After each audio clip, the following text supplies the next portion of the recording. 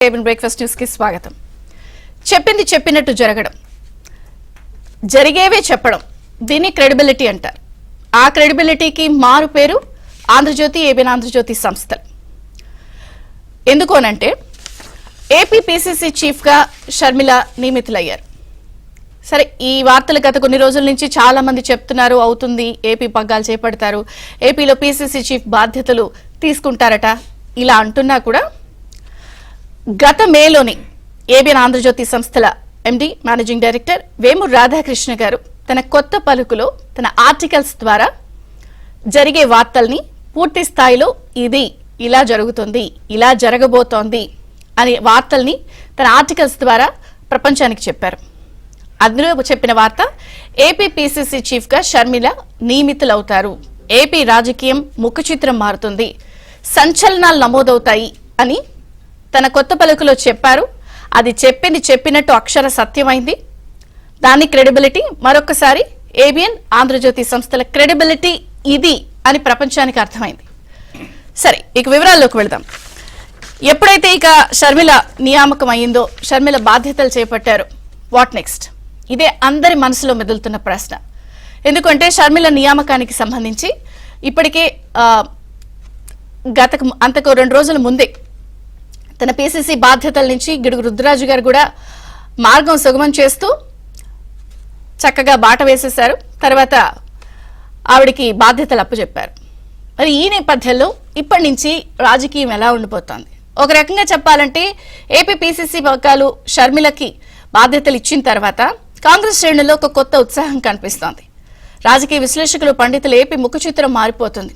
ఎందుకు అనంటే ఎప్పుడైతే అరెస్ట్ అయ్యారు, అప్పట్లో ఉన్న అన్ని పరిస్థితులు, జగన్ అరెస్ట్ అయినప్పుడు, లేకపోతే వైసీపీ బాధ్యతలు షర్మిల చూసినప్పుడు, అప్పటి నుంచి పూర్తి స్థాయిలో నేను అన్న వదిలిన బాణాన్ని అని చెప్పి ప్రజల్లోకి వచ్చిన ఆ షర్మిలే ఇప్పుడు ఏ పార్టీ పతనం కోసం పుట్టిన వైసీపీ ఉందో, ఆ పార్టీ పతనాన్ని కోరుకున్నటువంటి జగన్ కి వ్యతిరేకంగా షర్మిల ఇప్పుడు వైసీపీ ఆపోజిట్ గా, అంటే పిసిసి పగ్గాలు చేపడుతూ అన్న వదిలిన బాణాన్ని కాంగ్రెసే తాడేపల్లి ప్యాలెస్ వైపు మళ్లించడం నిజంగా ఒక సంచలనమే.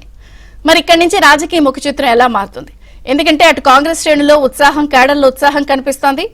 మరి అటు అధికార పార్టీలో జగన్లో ప్రకంపనలు కనిపిస్తున్నాయి. మరి ఈ నేపథ్యంలో 5 ఏళ్ల పాలనా వైఫల్యాలతో ఆంధ్రప్రదేశ్ అతలాకుతలం అయిపోయింది. అన్ని వర్గాలు బాధించబడుతున్నారు, పీడిస్తున్నారు. ఈ వర్గం ఆ వర్గం అని లేదు. మరి ఇటువంటి టైంలో ఏపీ పిసిసి పగ్గాలు షర్మిల బాధ్యతలు చేపట్టడంతో మరి ఏం జరుగుతుంది? మరి ఎందుకంటే ఇప్పటికే ఆవిడతో జర్నీకి మేము సిద్ధమని చెప్పి చాలా మంది బాహాటంగా మాట్లాడుతున్నారు. ఇప్పటికే ఆళ్ల రామకృష్ణారెడ్డి షర్మిలతోనే తన జర్నీ అని చెప్పేశారు. అలాగే మనం చూడొచ్చు, రాయదుర్గ ఎమ్మెల్యే కాపు రామచంద్రారెడ్డి అయితే మాజీ పిసిసి చీఫ్ రఘువీరారెడ్డితో భేటీ అయ్యి పార్టీలో చేరతామన్న వార్తలు కూడా మనం చూసాం. ఈ నేపథ్యంలో రాజకీయ ముఖ చిత్రం మారుతోంది. కాబట్టి మరి ఏంటి అన్న వదిలిన బాణం? మరి షర్మిల బాధ్యతలు చేపట్టిన నేపథ్యంలో అన్నను ఎలా టార్గెట్ చేయబోతోంది? కాంగ్రెస్ వ్యూహం ఏంటి? ఎలా ఇప్పుడు రాబోయే అసెంబ్లీ, పార్లమెంట్ ఎన్నికల్ని వాళ్ళు ఎటువంటి స్ట్రాటజీతో వెళ్తారు? వెళ్లిపోయిన తమ ఓట్ బ్యాంక్ ని ఎలా తెచ్చుకుంటారు? నిజంగానే మరి రాజకీయ రసకందాయిలో పడిందా? వెళ్ళిపోతే వెళ్ళిపోయింది, మాకేం సంబంధం, ఓట్లు చీలిపోతే షర్మిల వెళ్ళిపోతుంది, మాకే ప్లస్ అని చెప్పి జగన్ అలాగే వైసీపీ చెప్తున్న మాటల్ని ఎలా చూడాలి? అది మేఘపోతు గాంభీర్యమా, లేకపోతే లోపల ప్రకంపనల కిందే చూడాలా? మరి షర్మిల నెక్స్ట్ ఏంటి? కడప నుంచి పోటీ చేస్తారని వార్తలు వస్తున్నాయి. ఇక్కడి నుంచి తన రోల్ ఎలా ఉండబోతోంది? అన్నపై ఎటువంటి వాగ్బాణాలను సంధిస్తుంది? ఇంకా చెప్పాలి అంటే మరి తల్లి విజయమ్మ దారెటు, మరి వైఎస్ కుటుంబ కథ చిత్రం ఎలా ఉండిపోతోంది? మరి అసలు సిసలైన ఫ్యామిలీ డ్రామా స్టార్ట్ కాబోతోందని అందరూ మాట్లాడుతున్న నేపథ్యంలో ఎన్ని అంశాలు మనతో మాట్లాడటానికి జాయిన్ అయ్యారు మాజీ పిసిసి చీఫ్, సిడబ్ల్యూసి సభ్యులు గిడుగు రుద్రరాజు గారు ఏబిఎన్ స్టూడియోలో ఉన్నారు. సో నమస్తే అండి, బ్రేక్ఫాస్ట్ న్యూస్ కి స్వాగతం. సో ఫస్ట్ ఆఫ్ ఆల్ మీకు అభినందనలు సిడబ్ల్యూసి సభ్యులుగా. ఒకటి, జనరల్ గా ఎవరైనా సరే పదవి వదులుకోరు, పదవీకాంక్ష ఉంటుంది. ఉన్న పదవులను వదులుకోవాలా, పలానా వాళ్ళు వస్తే ఇచ్చేయాలా అని పట్టుకుని ఉంటారు. కానీ చాలా ఈజీగా మీరు ఇచ్చేశారు. ఫస్ట్ ఆఫ్ ఆల్ దానికి అభినందనలు. ఏంటి, ఎలా అనిపిస్తాం కొత్త రోల్? ఇంకా నిన్నటి వరకు పిసిసి అధ్యక్షులుగా పనిచేశాను.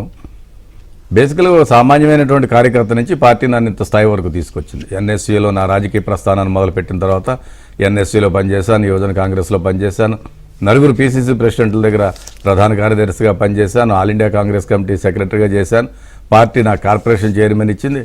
ప్రధానంగా రాజశేఖర రెడ్డి గారికి చాలా అనుంగా శిష్యుడిగా చాలా క్లోజ్గా పనిచేసేటువంటి అవకాశం, కాంగ్రెస్ పార్టీతోటి మెలిసి ఉండేటువంటి అవకాశం.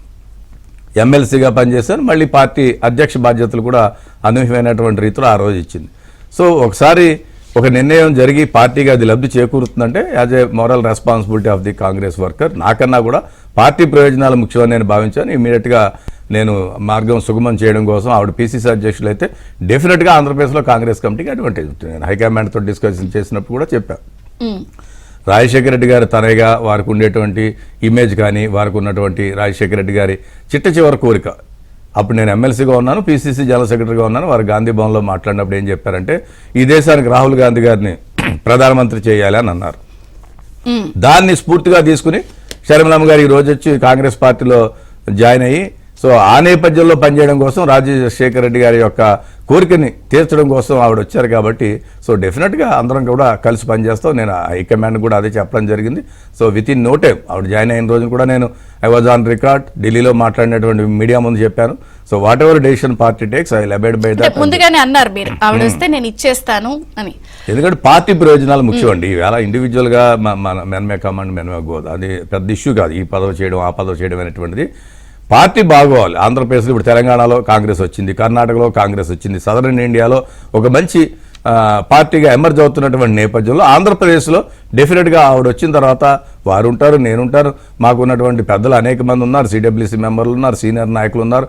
వాళ్ళందరి యొక్క సయోధ్యతోటి, ఎందుకంటే పార్టీ నడపడం అనేటువంటిది ఇట్స్ ఏ టీమ్ వర్క్, అందరూ కలిసి పని. కరెక్టే. ఇప్పుడు ఎప్పుడైతే ఒక మీ పార్టీ పతనం కోసం ఆయన వైసీపీ పెట్టారు, జగన్ గారు ఇప్పుడు అధికార పార్టీ ఏదైతే ఆంధ్రప్రదేశ్లో ఉందో అసలు మీ పార్టీ పతనం కోసమే పెట్టారు. అప్పుడు ఆవిడ చాలా ఆరోపణలు చేశారు, లేకపోతే ఇవన్నీ ఉన్నాయి. కానీ నేను అన్న వదిలిన బాణాన్ని అని చెప్పిన షర్మిల గారు ఈరోజు మళ్ళీ బాణం అటువైపు మీరు మళ్లించేలా చేశారు. అంటే ఒక బలమైన వ్యక్తిగా మీరు షర్మిలను చూస్తున్నారా? ఏపీ రాజకీయంలో ఎలా ఆవిడ రావడం వల్ల మీకు కాంగ్రెస్ కి పూర్వవైపు వస్తుందని అనుకుంటున్నారా? డెఫినెట్ గా, ఎందుకంటే ఇప్పుడు ఉన్నటువంటి పరిస్థితులు ఆల్రెడీ గడిచినటువంటి సంవత్సర కాలంగా పార్టీ నిర్మాణం జరిగింది. మాకు మండలాల నుంచి పీసీసీ వరకు అన్ని రకాల కమిటీలు అన్ని కూడా చేసుకున్నాం. ఒక స్టార్ క్యాంపెయినర్ లాగా ఫేస్ వాల్యూ ఉన్నటువంటి వ్యక్తిగా రాజశేఖర రెడ్డి గారు తన డెఫినెట్గా చాలా ఎక్కువ ఇమేజ్ ఉంటుంది. ఎందుకంటే నేను ఒక కార్యకర్తని, నా రెస్పాన్సిబిలిటీ నా ఇమేజ్ వేరు, ఆవిడ వచ్చినటువంటి నేపథ్యం వేరు, వారి కుటుంబం, వారి నాన్నగారు, వారి త్యాగం, వారు చేసినటువంటి డెవలప్మెంట్లు. ఎందుకంటే రాజశేఖర రెడ్డి గారు ఎప్పుడు కూడా కాంగ్రెస్కి చాలా కట్టుబడినటువంటి వ్యక్తుడు. ఆయన 2 సార్లు ముఖ్యమంత్రిగా చేశారు, సిఎల్పీ లీడర్గా చేశారు, పలు పర్యాయాలు ఎంపీగా చేశారు, రాష్ట్రంలో మంత్రిగా పనిచేశారు. వారికి ఉన్నటువంటి ఇమేజ్ ఈ రెండు ఉన్న నేపథ్యంలో డెఫినెట్గా కాంగ్రెస్ పార్టీకి అడ్వాంటేజ్ ఉంటుందని చెప్పి నాకు నేనుగానే, అందరూ కూడా పార్టీలో ఉన్నటువంటి సమిష్టి నిర్ణయం, వారు పీసీసీ అధ్యక్షులు అనేటువంటిది స్టేట్లో ఉన్నటువంటి సీనియర్ నాయకులు అందరూ కూడా, పెద్ద నాయకులు మాకు ఉన్నటువంటి సిడబ్ల్యూసీ మెంబర్స్ కానీ పెద్దలు కానీ అందరూ ఆలోచన చేసి తీసుకున్నటువంటి నిర్ణయం, దాన్నే హైకమాండ్ కూడా తీసుకుంది. సో డెఫినెట్గా వాళ్ళని అడ్వాంటేజ్ ఉంటుంది. వచ్చేటువంటి ఎన్నికల్లో సమిష్టిగా పనిచేస్తాం, వారు నేను అంతా మేమిద్దరం కూడా కలిసి, నాతో పాటు టీం అంతా కూడా ఉన్నారు. గడిచినటువంటి 14 నెలలు పనిచేశాను నేను పీసీసీ ప్రెసిడెంట్గా. ఈ 14 నెలల కాలంలో అంటే షర్మిల గారిని కేవలం ఒక స్టార్ క్యాంపైనర్ గానా, లేకపోతే ప్రత్యక్ష ఎన్నికల్లో ఇప్పుడు వార్తలు వస్తున్నాయి కడప ఎంపీగా పోటీ చేయించే అవకాశం ఉందని, లేకపోతే రాజ్యసభ ఇస్తారని, ఎట్లా ఉండబోతోంది షర్మిల గారి రోల్? అంటే it is up to high command అండి. ఇప్పుడు మనం ఇప్పటికిప్పుడే ఇటువంటివన్నీ చెప్పలేము, ఎందుకంటే ఇంకా ఆవిడ నిన్ననే అనౌన్స్ అయ్యారు. సో నేను అనౌన్స్ అయిన తర్వాత పార్టీ నాకు కూడా ఏం చేసిందంటే హైయెస్ట్ పాలసీ డెసిషన్ మేకింగ్ బాడీలో సిడబ్ల్యూసీగా సభ్యులుగా చేసిన ఒక సామాన్య కార్యకర్తని, అవుట్ గోయింగ్ పీసీసీ ప్రెసిడెంట్ని సిడబ్ల్యూసీ మెంబర్గా చేయడం అంటే it's a great honour to me. So మా అధ్యక్షులు మల్లికార్జున ఖార్గే గారికి, రాహుల్ గాంధీ గారికి, మా కేసీ వేణుగోపాల్ గారికి, మాణిక్ ఠాగూర్ గారికి నేను ధన్యవాదాలు చెప్తున్నాను. ఎందుకంటే యూజువల్గా చాలా మందికి కూడా అవకాశం లేనటువంటి కాంగ్రెస్ వర్కింగ్ కమిటీ సభ్యుల్లో నాలాంటి కార్యకర్త కల్పించడం కూడా చాలా గ్రేట్. సో పార్టీ బ్యాలెన్స్ చేస్తూ ఉంది, ఎందుకంటే నాలాంటి వ్యక్తిని కాపాడుకుంటూ ఉంటుంది, ఆవిడని తీసుకుని వచ్చి పీసీసీ ప్రెసిడెంట్గా పెట్టారు. సో ఈ నేపథ్యంలో it is the collective responsibility of the all the rank and file. ఈ రాష్ట్రంలో ఉన్నటువంటి పార్టీ కార్యకర్తలు అందరూ కూడా సమిష్టిగా పనిచేస్తారు. ఆవిడ ఏది కంటెస్ట్ చేస్తారు అనేటువంటిది ఇంకా high command has to take a call, ఎందుకంటే వారు చార్జ్ తీసుకోవాలి. రాబోయే ఎన్నికల్లో ఆవిడే సో డెఫినెట్గా ప్రజాక్షేత్రంలో ఎక్కడో అక్కడ ఇప్పుడు రాజకీయ నాయకులు అనేటువంటి వాళ్ళు ఎక్కడో అక్కడ ప్రజాక్షేత్రంలో ఉండవలసి ఉండేటువంటి పరిస్థితి ఉంటుంది. సో అది it is up to the high command. First ఇంకా ఆవిడ ఛార్జ్ తీసుకోవాలి. రేపు వారి ఇంట్లో ఒక ప్రైవేట్ ఫంక్షన్ ఉంది, అది అయిపోయిన తర్వాత I think she'll be taking charge. అది అయిపోయిన తర్వాత మిగిలినవన్నీ కూడా ఏమేం చేయాలి ఏంటి అనేటువంటిది హైకమాండ్ నిర్ణయిస్తుంది. కాంగ్రెస్ ప్రెసిడెంట్ ఏం చెప్తే దానికి పార్టీ అంతా కూడా కట్టుబడి ఉంటుంది. రైట్. అయితే గిడుగు రుద్రరాజు గారు, ఇప్పుడు జనరల్ గా షర్మిల గారు వస్తే ఎలా ఉంటుంది, అక్కడి నుంచి జగన్ గారిని టార్గెట్ చేస్తుందా, వైఫల్యాన్ని టార్గెట్ చేస్తుందా అన్న దాంతో పాటు చర్చతో పాటు వైఎస్ విజయమ్మ గారి రోల్ ఎలా ఉంటుంది అనేది ఒక చర్చ. ఎందుకు ఈ ప్రశ్న నేను అడుగుతున్నానంటే, వైఎస్ రాజశేఖర రెడ్డి గారు 2004లో సీఎం అయినప్పుడు పాదయాత్ర చేసి, ఆ తర్వాత 2009లో అయినప్పుడు సరే మధ్యంతరంగా అయిపోయినా 2004లో ఆయన పాదయాత్ర చేసి అధికారం ఫామ్ చేసిన తర్వాత పెట్టిన ప్రెస్ మీట్ చాలా మందికి గుర్తుంటుంది. ఆ 2004లో ఆయన అధికారం చేపట్టిన తర్వాత ప్రెస్ మీట్ పెట్టినప్పుడు చాలా మంది మీడియా ఒక క్వశ్చన్ అడిగారు ఆయన్ని. ఏమని, ఇది చాలా సొంత ఇమేజ్తో మీరు పాదయాత్ర ద్వారా చేసి పార్టీని మీరు ఈరోజు అధికారంలోకి తెచ్చారు కదండి, మరి నిజంగా చెప్పాలంటే కాంగ్రెస్ కన్నా కూడా మీకు వ్యక్తిగతంగా చాలా హైప్ అయింది కదా, సొంత పార్టీ ఏమన్నా పెడతారా అన్న ప్రశ్న వేసినప్పుడు మీడియా అందరూ కలిసి వైఎస్ గారిని, నేను ప్రాణం పోయేంత వరకు కూడా కాంగ్రెస్ జెండాతోనే ఉంటాను, ఎప్పటికైనా మీరు అన్నమాట ప్రధాని గారిని రాహుల్ గాంధీ గారిని చేయటమే నా కళ, ఎప్పటికైనా ఇదే నా కళ అని చెప్పినప్పుడు ఆయన తనయ ఈరోజు మళ్ళీ బాధ్యతలు చేపట్టారు. ఇక్కడ కూతురు బాధ్యతలు చేపట్టడం ఒక పాయింట్ అయితే, మరి వారి సతీమణి మరి ఆయన కోరిక నెరవేర్చడానికి ఇటు వస్తారా, లేకపోతే వైఎస్ విజయమ్మ గారిని కూడా మీరు ఆహ్వానిస్తారా, లేకపోతే ఎట్లా ఉంటుంది వైఎస్ విజయమ్మ గారి రోల్? అంటే వ్యక్తిగతంగా ఇది ఇండివిజువల్గా కన్నా కూడా ఇది పార్టీ సిద్ధాంతపరమైనది. ఇందాక మీరు ముందు మాట్లాడిన దాంట్లో కాంగ్రెస్ పార్టీ అనేటువంటిది there is a ideological war between two political parties. జాతీయ స్థాయిలో భారతీయ జనతా పార్టీ లెడ్ కొన్ని అలయన్సెస్ ఉన్నాయి, కాంగ్రెస్ లెడ్ కొన్ని సెక్యులర్ ఫోర్సెస్ ఉన్నాయి. దాంట్లో భాగంగా వారు మాట్లాడినప్పుడు కూడా షర్మిలమ్మ గారు చెప్పారు, కాంగ్రెస్ పార్టీ అనేటువంటి సెక్యులర్ భావాలు కలిగినటువంటి ఈ దేశంలో అతిపెద్ద రాజకీయ పార్టీ, దాంట్లో నేను జాయిన్ అవుతున్నానని చెప్పారు. సో డెఫినెట్గా ఇందులో మనం వేరియస్ ఇష్యూస్ని చూసుకోవచ్చు. సెక్యులర్ అనేటువంటిది వచ్చినప్పుడు so there is no question of caste, community, creed, ఇవన్నీ అన్ని సర్వమానవాళ్ళకి సౌభ్రాతృత్వంతో ఉండేది, అన్ని మతాలని గౌరవించేటువంటి పార్టీ అనేటువంటిది వారి భావన. రెండవది, ఏనాడు కూడా ఇండివిజువల్ కన్నా కూడా పార్టీ ఎప్పుడు కూడా అబౌవ్, ఇండివిజువల్స్ ఎప్పుడు కూడా పార్టీ అబౌవ్ అయినా పార్టీ ఇప్పుడు వైఎస్ గారు మీ పార్టీ ఇమేజ్ పెంచాలని ప్రయత్నించారు, వారి అబ్బాయి మీ ఇమేజ్ ని తొక్కేయాలని చూశారు, మరి వారి సతీమణిగా వైఎస్ గారి కోరికని నెరవేరుస్తూ ఇక్కడకు వచ్చి అది బాధ్యత నిర్వహిస్తారా అన్నది అందరూ ఆసక్తిగా చూస్తున్నారు. అంటే ఇవన్నీ అది it is up to their family. నేను ఫ్యామిలీ గురించి వ్యక్తిగతంగా మాట్లాడలేను, కానీ షర్మిలమ్మ గారు రావడం అనేటువంటి శుభ పరిణామము. షర్మిల గారి నేతృత్వంలో డెఫినెట్గా కాంగ్రెస్ పార్టీ ప్రజ్వరిల్లుతుంది అనేటువంటి నా భావన. తర్వాత ఆవిడ కూడా చాలా కమిటెడ్గా ఉన్నారు, ఎందుకంటే నేను 3 days మేమంతా మణిపూర్లోనే అది కూడా కలిసే ఉన్నాం మేమందరం కూడాను.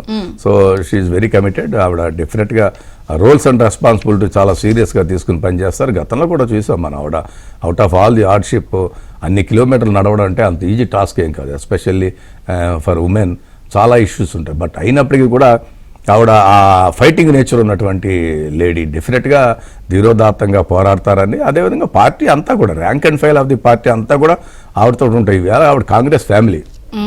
ఒకసారి పార్టీలో సభ్యత్వం తీసుకున్న తర్వాత రాజశేఖర రెడ్డి గారు కూడా మా కాంగ్రెస్ ఫ్యామిలీ, షర్మిలమ్మ గారు కూడా కాంగ్రెస్ ఫ్యామిలీ, అందరూ కలిసి ఆవిడకి మద్దతు ఇస్తాం. డెఫినెట్గా నాకైతే చాలా హోప్ఫుల్గా ఉంది. ఆంధ్రప్రదేశ్ రాజకీయాలు నేను ఆన్ రికార్డు కూడా చెప్పా, సంక్రాంతి తర్వాత పెను మార్పులు జరుగుతున్నాయి రాష్ట్ర రాజకీయాల్లో అని చెప్పాను. సో అప్పటికే నాకు వీటిలన్నిటి మీద అవగాహన ఉంది కాబట్టి సో డెఫినెట్గా అనేక మంది నాతో టచ్లో ఉన్నారు, వారితో టచ్లో ఉన్నారు, పార్టీ పెద్దలందరితో కూడా టచ్లో ఉన్నారు, వివిధ రాజకీయ పార్టీ వాళ్ళు. సో మన మాణిక్ ఠాగూర్ గారు వచ్చారు, జనరల్ సెక్రటరీ ఇన్ఛార్జ్ ఆంధ్రప్రదేశ్కి. ఆ రోజు 2 ఎక్స్ఎమ్మెల్యేలు జాయిన్ అయ్యారు. ఇంకా కూడా కొంతమంది సిట్టింగ్ సభ్యులు, ఎక్స్లు వీళ్ళందరూ కూడా వస్తారు. అనూహ్యమైనటువంటి రీట్లో ఓట్ బ్యాంక్ పెరుగుతుంది. అంటే ఓట్ బ్యాంక్ పాయింట్ ఎలాగో వచ్చింది. ఇప్పుడు మీ ప్రెసెంట్ ఓట్ బ్యాంక్ లెక్కలు తీసినప్పుడు 2014లో చూస్తే 2.85%, 2019లో 1.17%.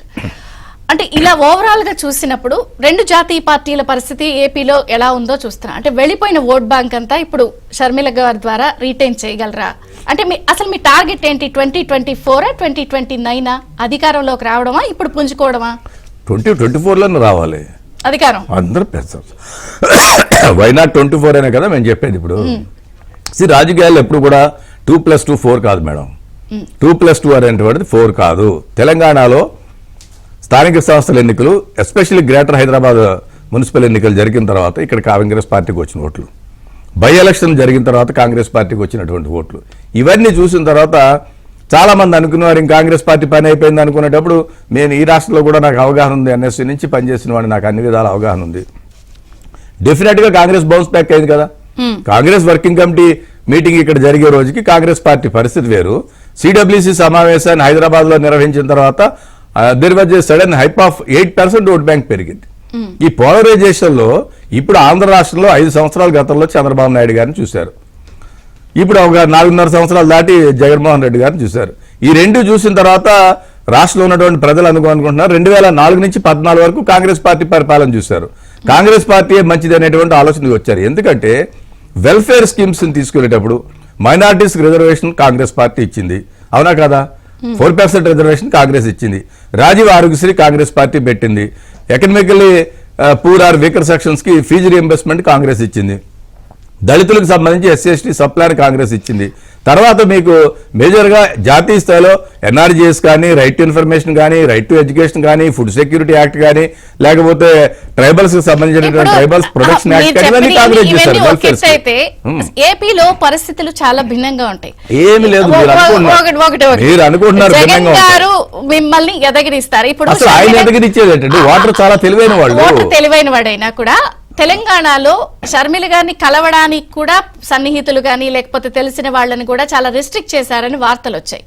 అలాంటి షర్మిల గారు ఇప్పుడు బాధ్యతలు చేపట్టినప్పుడు అసలు మీకు ఆ స్థాయిలో ఇంకా రకరకాల ఇబ్బందులు నేరుగా ఉన్నప్పుడు ఎక్కువ ఉంటాయి కదా. సో మీరు ఎలా షర్మిల గారిని యూజ్ చేస్తారు ఇప్పుడు ఇక్కడ? డెఫినెట్ గా ఆవిడ ఇప్పుడు ఉన్నటువంటి పరిస్థితుల్లో పార్టీ అధ్యక్షురాలుగా పగ్గాలు చేపట్టిన తర్వాత ఎవ్రీడే ఆవిడ party day to day activities అంతా కోఆర్డినేట్ చేయవలసిందే. ఎందుకంటే పార్టీ అనేది చాలా పెద్దది. 175 నియోజకవర్గాల్లో we'll have to run the unit.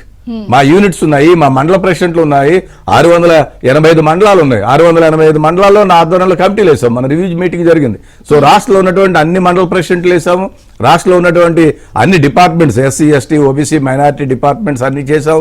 Youth Congress, NSA, మహిళా కాంగ్రెస్, కాంగ్రెస్ సేవాదలు ఇవన్నీ కూడా పూర్తి చేసాం. ఎందుకంటే మేమంతా ఆర్గనైజేషన్ మనుషులు కదా, దీంట్లోనే పెరిగాం, దీంట్లోనే పుట్టాం, మాకు అన్ని విధాల అవగాహన ఉంది. నేను ఆల్మోస్ట్ 86 నుంచి NSA నుంచి ఈవేళ వరకు ఫుల్ టైమర్గా ఉన్నా దీంట్లో.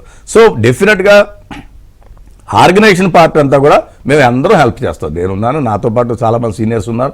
పెద్దలు రఘువీరారెడ్డి గారు ఉన్నారు, KVP గారు ఉన్నారు, బాపిరాజు గారు ఉన్నారు, K రాజు గారు ఉన్నారు, JD శీలం గారు ఉన్నారు, చింతాభవన్ గారు ఉన్నారు. ఎంతో మంది వైఎస్ జగన్ వైఫల్యాలు పాలన ఇవే 100% ఎక్కడా కాంప్రమైజ్ అయ్యలేదు.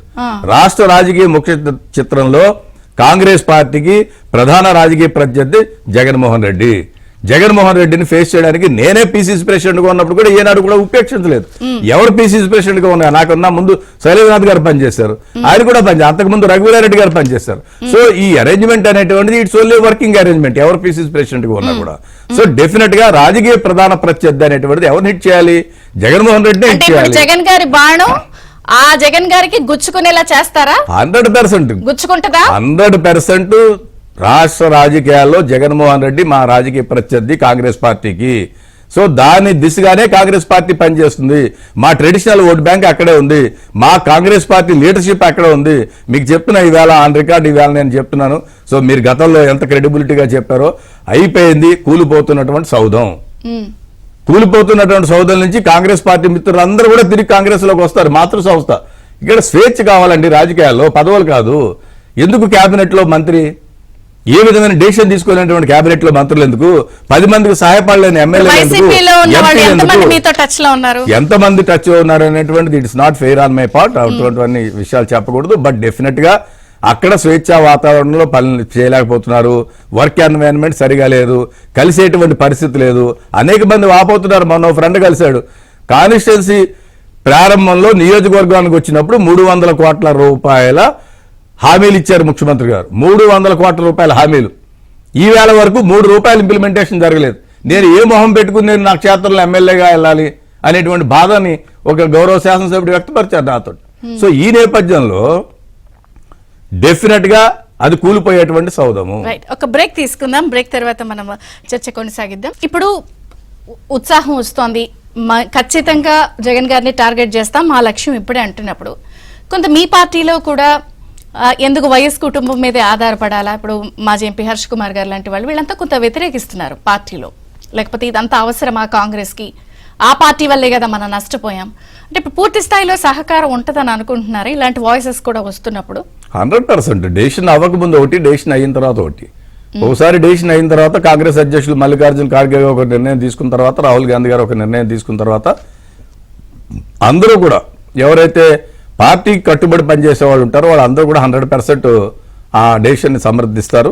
నాకు ఉన్నటువంటి రెస్పాన్స్ ప్రకారం నిన్న డిక్లేర్ అయినప్పటి నుంచి ఇప్పటి వరకు రాష్ట్రంలో ఉన్నటువంటి 100% పార్టీ క్యాడర్ అంతా కూడా ఆవిడ నాయకత్వంలో పనిచేయడానికి సిద్ధంగా ఉంది. అందరూ కూడా సమిష్టి బాధ్యత, ఎందుకంటే ఎలక్షన్స్ ఇంక 2 నెలలే, ఆల్మోస్ట్ మనం జనవరి 18, 19 వచ్చేసాం. ఇంకా ఈ నేపథ్యంలో ఆవిడ ఛార్జ్ తీసుకున్న తర్వాత 2 నెలలు ఉంటాయి కాబట్టి చాలా అగ్రెసివ్గా పనిచేయాలి, చాలా రెగ్యులర్స్గా పనిచేయవలసి ఉంటుంది. మా కొత్త ఇన్ఛార్జ్ వచ్చారు మాణిక్ ఠాగూర్ గారు. సో మా పార్టీ సెక్రటరీస్ ఉన్నారు, గతంలో పనిచేసినటువంటి క్రిస్టఫర్ తిలక్ గారు, మయప్పన్ గారు, వాళ్ళకి అవగాహన ఉంది. 5 సంవత్సరాలుగా పార్టీ రాష్ట్రంలో నడిపిస్తూ ఉన్నారు. వర్కింగ్ ప్రెసిడెంట్స్ ఉన్నారు. అందరూ ఒక టీం వర్క్ అనమాట. అందరూ కలిపి డెఫినెట్గా దీన్ని పనిచేయడానికి ప్రయత్నం చేస్తాం. సో ఇది ఎవరైనా వ్యతిరేకించినా కూడా ఇంకా పాసిఫై అయిపోయినట్టేవండి. వ్యతిరేకించేటువంటి అనేది ఉండదు. ప్రజాస్వామ్య పార్టీగా రకరకాల మంది రకరకాలుగా మాట్లాడతారు. ఎక్కువ ప్రజాస్వామ్యం కాదు కాదు, నన్ను అపాయింట్ చేసినప్పుడు కూడా వ్యతిరేకించారు, లేదా ఇంకొకరిని అపాయింట్ చేసినప్పుడు వ్యతిరేకిస్తూ ఉంటారు. అంటే మామూలు వ్యతిరేకం కాదు, భావ వ్యక్తీకరణ అనేటువంటిది కాంగ్రెస్ పార్టీలో కొంచెం ఎక్కువ ఉంటుంది. సో అటువంటిది ఏది జరిగినా కూడా వన్స్ పార్టీ హైకమాండ్ డెసిషన్ తీసుకున్న తర్వాత we should all abide by the high command. ఇప్పుడు ఆంధ్రప్రదేశ్ లో మీరు అన్నారు మా టార్గెట్ కూడా జగన్ గారే అని ఓపెన్ గా అంటున్నప్పుడు, అక్కడ ఆల్రెడీ ఏపీలో అందరూ కూడా టార్గెట్ జగన్ గారుగానే వెళ్తున్నారు. టీడీపీ గానీ, జనసేన గానీ, మిగిలిన మాక్సిమం పక్షాలు ఏవైతే ఉన్నాయో అందరు అలా అనుకుంటున్నప్పుడు, ఇప్పుడు ఈ ఎలక్షనే మీ లక్ష్యం అని అనుకుంటున్నప్పుడు, మరి వాళ్ళు అటు కూడా ప్రధాన ప్రతిపక్షం కూడా గట్టిగానే ఉన్నప్పుడు వైసీపీ ఏమంటోంది? ఆ షర్మిల గారు వస్తే మాకేం నష్టం, అసలు ఓటు బ్యాంక్ చీలిపోయి మాకే ప్లస్ అయిపోద్దని అంటున్నారు. ఆ టీడీపీ వాళ్ళు ఏమంటున్నారు? అది వెళ్ళిపోయింది వైసీపీ కాంగ్రెస్ ఓటు బ్యాంక్ కదా, కాబట్టి అది చీలిపోద్ది, మాకు ప్లస్ అంటున్నారు. మరి మీరు అందరి లక్ష్యం జగన్ అనుకున్నప్పుడు మీరు షర్మిల గారు ఎంట్రీ ఎవరికి ప్లస్ ఎవరికి మైనస్, మీకు ఎలా ప్లస్ అవుతుంది? కాంగ్రెస్ పార్టీకే ప్లస్ అవుతుంది. ఎందుకంటే మా ఓట్ బ్యాంకు, మా లీడర్షిప్, మా నాయకత్వం ఎక్కడైతే ఉన్నాయో అవన్నీ తిరిగి కాంగ్రెస్ పార్టీకి వస్తాయి. తెలుగుదేశం పార్టీని ఆల్రెడీ 5 సంవత్సరాలు చూశారు జనం, ఇంకా నమ్మేది లేదు. ఇప్పుడు మీరు ఇందాక మాట్లాడారు కదా క్రెడిబిలిటీ కోసం, దేనికోసం వెళ్ళి చంద్రబాబు నాయుడు గారు మీదే అంటే ఎవరైనా క్లెయిమ్ చేసుకుంటారు. సొసైటీలో మార్కెట్ లో నా క్రెడిబిలిటీ ఉంది, నేను పార్టీ ఏం చెప్తే అది చేస్తాను, విశ్వసనీయత కలిగిన కాంగ్రెస్ పార్టీ కార్యకర్తని.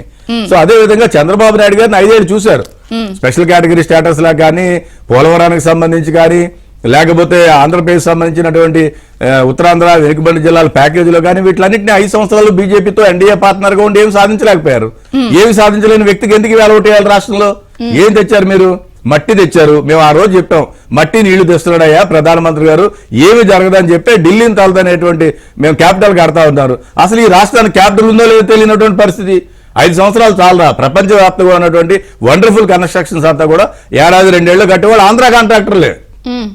ఇదే ఆంధ్రప్రదేశ్ లో ఉన్నటువంటి కాంట్రాక్టర్లు దేశవ్యాప్తంగా చేస్తున్నారు, ప్రపంచవ్యాప్తంగా చేస్తున్నారు. జిఎంఆర్ సంస్థ ఉంది, నేను ఎప్పుడో టర్కీ వెళ్ళినప్పుడు చూసాను, టర్కీలో ఎయిర్పోర్ట్ వాళ్ళు కడుతున్నారు. అది సర్ప్రైజ్. అటువంటిది ఆంధ్రప్రదేశ్ లో 5 సంవత్సరాలు పరిపాలించిన చంద్రబాబు నాయుడు గారికి సమయం సరిపోలేదు, పోలవరానికి సంబంధించిన డబ్బులు తెచ్చుకోలేకపోయారు. ఓటర్ అనేటువంటి వాళ్ళు విజ్ఞులు, ఓటర్ అన్ని చూస్తూ ఉన్నారు. 5 సంవత్సరాలు చంద్రబాబు నాయుడు చూశారు, 4.5 సంవత్సరాలు జగన్మోహన్ రెడ్డి చూశారు. ఏమైంది జగన్మోహన్ రెడ్డి గారు? తాడేపల్లి ప్యాలెస్లో కాదు, తాడేపల్లి డెఫినెట్ గా ఏం అక్కర్లేదండి. ప్రజల్లో మార్పు అనేటువంటిది వచ్చిన రోజుని శ్రీకాకుళంలో ఓటర్ ఎలా ఆలోచిస్తాడో చిత్తూరు జిల్లాలో ఓటర్ అది ఆలోచిస్తాడు. 100%, 200% నేను చెప్తున్నాను. ఇందాక మీరు అన్నారు సౌత్ అంతా కూడా నెమ్మదిగా మేము రీటైన్ చేసుకుంటున్నాము, బలపడ్డాం, కర్ణాటక అయింది, ఇప్పుడు తెలంగాణ అయిపోయింది, నెక్స్ట్ ఏపీ అని అనుకుంటున్నప్పుడు, జనరల్ గా ఎక్కడ స్టేట్ లో అసెంబ్లీ సీట్స్ ఉన్నా పార్లమెంట్ లో కూడా దేశంలో రావాలన్నప్పుడు మీకు పార్లమెంట్ కూడా చాలా ముఖ్యం సీట్ల వైజ్. లోక్సభ స్థానాలు ఉంటేనే అది పవర్ లోకి వస్తుంది. అంటే లోక్సభ పార్లమెంట్ ఎలక్షన్స్ విషయంలో ఎలాంటి స్ట్రాటజీతో వెళ్తున్నారు? డెఫినెట్ గా రెండింటికి సంబంధించి ఆల్రెడీ లేదు, ఇక్కడ ఇప్పుడు టార్గెట్ ఇప్పుడు కాదు, లేదు 29 అని చెప్పి మీ దాంట్లో అలా కూడా అన్నారు కాబట్టి ఇక్కడ అసెంబ్లీలో ప్రాంతీయ పార్టీలతో అక్కడ దేశంలో ఎక్కడ లేదు. అంతర్గతంగా ఏమన్నా వెళ్ళి ఎన్నికల్లో 29 అనేటువంటిది లేనేలేదు, 24 మా లక్ష్యము. మీరు చూడండి, మీకు అనూహ్యంగా ఈ వేళ ఏ విధంగా అయితే రాజకీయ మార్పులు జరిగాయో, సమీకరణం జరిగాయో, ఫాస్ట్ గా తెలంగాణలో ఏ విధంగా కాంగ్రెస్ పార్టీ 15-20 రోజుల్లో టకటకటగా ఓట్ బ్యాంక్ పెంచుకుని ఈ స్థాయికి వచ్చిందో, మా ముఖ్యమంత్రులు వచ్చారో, కర్ణాటకలో ఏ విధంగా వచ్చిందో తక్కువ అంచనా వేయకూడదు ఎప్పుడు కూడా రాజకీయాల్లో. కాంగ్రెస్ పార్టీ అనేటువంటి దానికి గొప్ప లెగసీ ఉంది, దాని సాక్రిఫైజెస్ ఉన్నాయి, దాని పరిపాలన దక్షత ఉంది దీంట్లో. వేరే రీజనల్ పార్టీలా కాదు, రీజనల్ పార్టీలాగా ఎవరో వన్ మ్యాన్ షో నడిచేది కాదు. ఇక్కడ మల్టిపుల్ లీడర్షిప్ ఉంటుంది, టాలెంటెడ్ లీడర్షిప్ ఉంటుంది, సాక్రిఫైజింగ్ పర్సనాలిటీస్ ఉంటారు. సో డెఫినెట్ గా కాంగ్రెస్ పార్టీ ఆంధ్రప్రదేశ్ లో ఈవేళ ఉన్నటువంటి పరిస్థితులు 5 ఏళ్ళు చంద్రబాబు నాయుడు చూశారు, జగన్మోహన్ రెడ్డిని చూశారు. తాడేపల్లి ప్యాలెస్ లో కూర్చున్నారు, కరువు వచ్చినప్పుడు పట్టించుకోలేదు, వరదలు వస్తే పట్టించుకోలేదు, డెవలప్మెంట్ అనేటువంటిది లేదు, రోడ్లు అస్తవ్యస్తం చూసాం. ఈ తాడేపల్లి ప్యాలెస్ దాటి బయటికి రాని ముఖ్యమంత్రిని ఎవరు కోరుకుంటారు? ఎవరు కోరుకోరు. అదేవిధంగా చంద్రబాబు నాయుడు కూడా మాకిద్దరూ దూరమే. ఏదో మీరు అనుకుంటూ ఉండొచ్చు ఏమైనా చంద్రబాబుతో కలుస్తాం, 1 సీటు 2 సీట్లు 3 సీట్ల కోసం కాంగ్రెస్ పార్టీ ఏ రాజకీయ పక్షంతో కలిసేటువంటి పరిస్థితే లేదు. నేను పీసీ ప్రెసిడెంట్ గా కూడా ఉన్నప్పుడు చెప్పా ఆన్ రికార్డ్, 175 నియోజకవర్గాలు కాంగ్రెస్ పార్టీ పోటీ చేస్తుంది, 25 లోక్సభ స్థానాలు కాంగ్రెస్ పార్టీ చేస్తుంది. అనూహ్యమైనటువంటి రీతిలో ప్రజల్లో మార్పు వచ్చింది. కాంగ్రెస్ బెటర్. ఎస్, 2004 నుంచి 2014 వరకు రాష్ట్రంలో జరిగినటువంటి అభివృద్ధి అంతా కాంగ్రెస్. ఎందుకైకూడదు కాంగ్రెస్? ఒక ఫైనల్ క్వశ్చన్ వైండప్ చేద్దాం మనం. ఇప్పుడు షర్మిల గారు వైసీపీతో ఉన్నంత కాలం కూడా ఎప్పుడు ఎవరు ఏమనలేదు. ఈవెన్ తెలంగాణలో వెళ్ళినా కూడా ఆవిడ మీద జగన్ గారు అంటే టీం ఎవరు మాట్లాడలే, సోషల్ మీడియా వేదికగా కానీ కామెంట్లు ఏం చేయలే. కానీ ఎప్పుడైతే షర్మిల గారు కాంగ్రెస్ జాయిన్ అయ్యారో ఆవిడ వ్యక్తిగతంగా కూడా టార్గెట్ చేస్తున్నారు సోషల్ మీడియాలో. అలాగే చంద్రబాబు గారే దీని వెనకాలంతా ఉన్నారు, మీరేమో అసలు మాకు అందరి పార్టీలు దూరం అన్నారు. జగన్ గారు అంటే టీం ఏమో అసలు ఇదంతా చంద్రబాబే చేయిస్తున్నారు, కుటుంబాల మధ్య కలహాలు కుంపట్లు పెట్టేస్తున్నారు అని అన్నారు. ఆవిడని వ్యక్తిగతంగా కూడా టార్గెట్ చేయడం మొదలు పెట్టారు. వీటన్నిటికీ సమాధానం ఇస్తారా? డెఫినెట్ గా. ఎందుకంటే ఒకసారి వ్యక్తిగతంగా ఆవిడని టార్గెట్ చేస్తున్నారంటే వాళ్ళు భయపడుతున్నట్లు లెక్క. She's a threat to Jaganmohan Reddy 100%. వాళ్ళ రాజకీయ పార్టీ మనుగడకు ముప్పు ఏర్పడేటువంటి పరిస్థితి ఏర్పడింది. అందుకే ఆవిడని టార్గెట్ చేస్తున్నారు. ఎందుకు టార్గెట్ చేయాలంటే రాజశేఖర రెడ్డి గారు తనయ్య, జగన్మోహన్ రెడ్డికి ఏ విధమైన హక్కులు ఉంటాయో షర్మిలమ్మ గారు కూడా అవే హక్కులు ఉంటాయి. There is no question of any discrimination. So definite గా రాజశేఖర రెడ్డి గారు కాంగ్రెస్ పార్టీ నాయకులు. రాజశేఖర రెడ్డి గారి ఆలోచన ఈ దేశంలో రాహుల్ గాంధీ గారిని ప్రధానమంత్రి చేయాలని, దానికోసం షర్మిల గారు కాంగ్రెస్ పార్టీలోకి వచ్చారు. వస్తే ఏముంది, తప్పే ఉంది దాంట్లో. సో వ్యక్తిగతంగా మీ మీడియా ద్వారా హెచ్చరిస్తున్నాను, చెప్తున్నాను, గౌరవప్రదమైనటువంటి బిలో ది బెల్ట్ పాలిటిక్స్ అయ్యొద్దు. ఎవరినైనా కూడా గౌరవప్రదంగా మాట్లాడడం నేర్చుకోండి. రాజకీయాల్లో ఇలా ఎవరు లైక్స్ అండ్ డిస్లైక్స్ ఉంటాయి. మరే ఇదే జగన్మోహన్ రెడ్డి గారు జగనన్న సంధించిన బాణం అని చెప్పి పాపం ఆడ కూతురు రాత్రి పౌలు పాదయాత్ర చేశారు. ఎన్ని కష్టాలు పడ్డారు ఆయన కోసం జైల్లో ఉన్నప్పుడు. పార్టీ మనుగడని కాపాడారు. లేకపోతే ఏమీ లేనప్పుడు ఓన్లీ అల్టిమేట్ విక్టరీ అనే అటు గేమ్ గా వెళ్తున్నప్పుడు ఇక్కడ కూడా బిలో ద బెల్ట్ హిట్ చేస్తున్నప్పుడు మీరు కూడా బిలో ద బెల్ట్ గేమ్ వెళ్తారా? 100% అండి. ఎవరైతే వ్యక్తిగతంగా వారి మీద దూషణలు కానీ వ్యక్తిగతంగా పోస్టులు కానీ పెడుతున్నారో దాని మీద party will have to take the legal action. 100% ఆవిడని ప్రొటెక్ట్ చేయడంలో మేమంతా షీల్డ్లా ఉంటాము. నేనే కాదు, ఈ రాష్ట్రంలో ఉన్నటువంటి లక్షలాది మంది కాంగ్రెస్ పార్టీ కార్యకర్తలు, అక్కడ కాదు తెలంగాణ, కర్ణాటక అందరూ కూడా ఇప్పుడు ఉన్నటువంటి పరిస్థితులు తెలంగాణ ముఖ్యమంత్రి గారు సపోర్ట్ చేస్తారు, కర్ణాటక ముఖ్యమంత్రి గారు చేస్తారు, ఉప ముఖ్యమంత్రి గారు చేస్తారు, ఇక్కడ ఉప ముఖ్యమంత్రి చేస్తారు. మేమంతా part of Congress family. Southern ఇండియాలో మేమందరం కూడా ఆవిడతో ఉండి ఆవిడ్ని కాపాడుకునేటువంటి బాధ్యత మాది. డెఫినెట్ గా